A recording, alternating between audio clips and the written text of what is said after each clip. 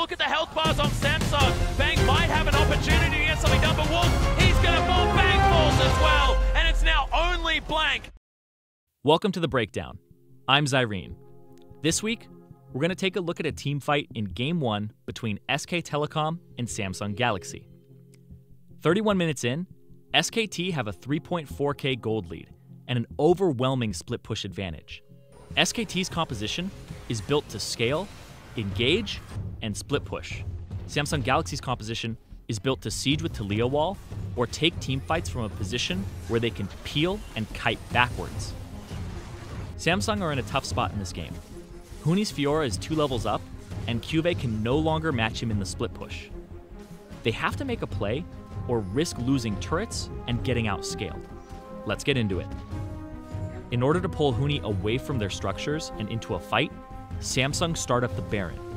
Starting the objective gives them the upper hand as they either finish the Baron or have SKT fight them on their terms. Huni channels teleport on a ward that's right in front of the pit.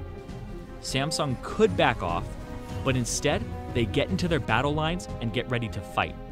Huni completes his TP and immediately uses lunge and riposte to reposition and prevent any incoming CC.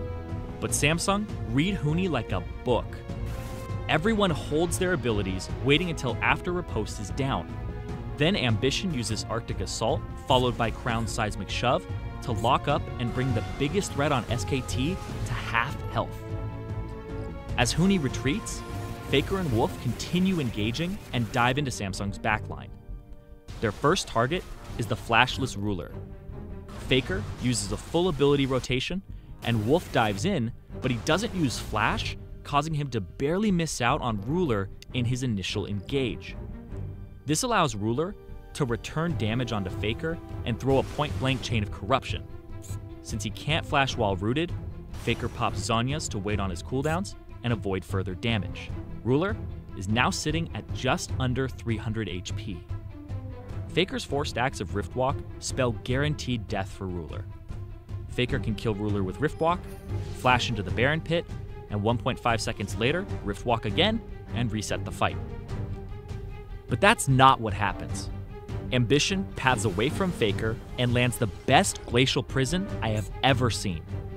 This Sejuani ultimate is frame perfect, and it hits Faker the exact moment he comes out of stasis. Faker has both Flash and Riftwalk available to dodge the incoming ultimate. He could finish off Ruler, but Ambition prevents any reaction and shifts the entire flow of the fight. Samsung collapse on the imprisoned Faker and finish him off. But that was a 4v2. So let's look at what was happening on the other side of the fight.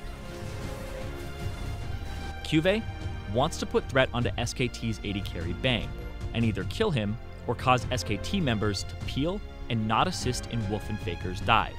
Cuvée's Camille uses hookshot to engage, but Bang sidesteps the stun. Cuvée now has the attention of Blank, Huni, and Bang.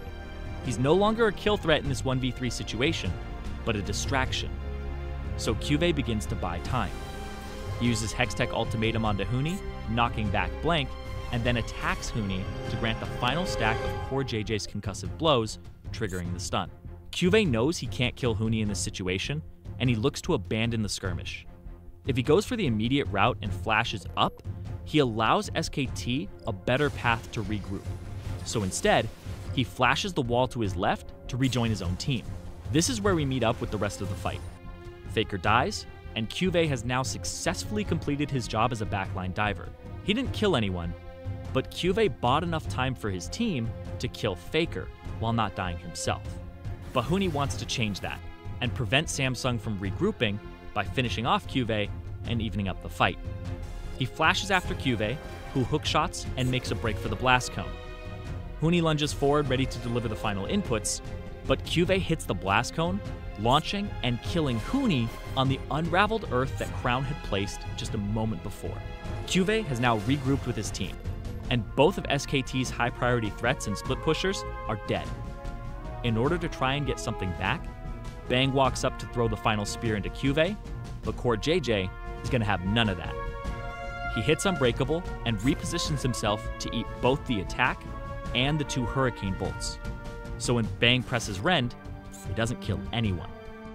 Bang is then knocked back into Samsung with a seismic shove, and Core JJ hits him with Winter's Bite. At this point, it's a potential 2v3 in favor of SKT, as Cuvée, Ambition, and Ruler are in no condition to fight with their low health bars.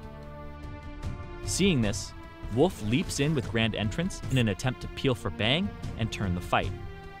Crown flashes the knockup, while Core JJ buffers his just off cooldown Glacial Fissure right before the knockup.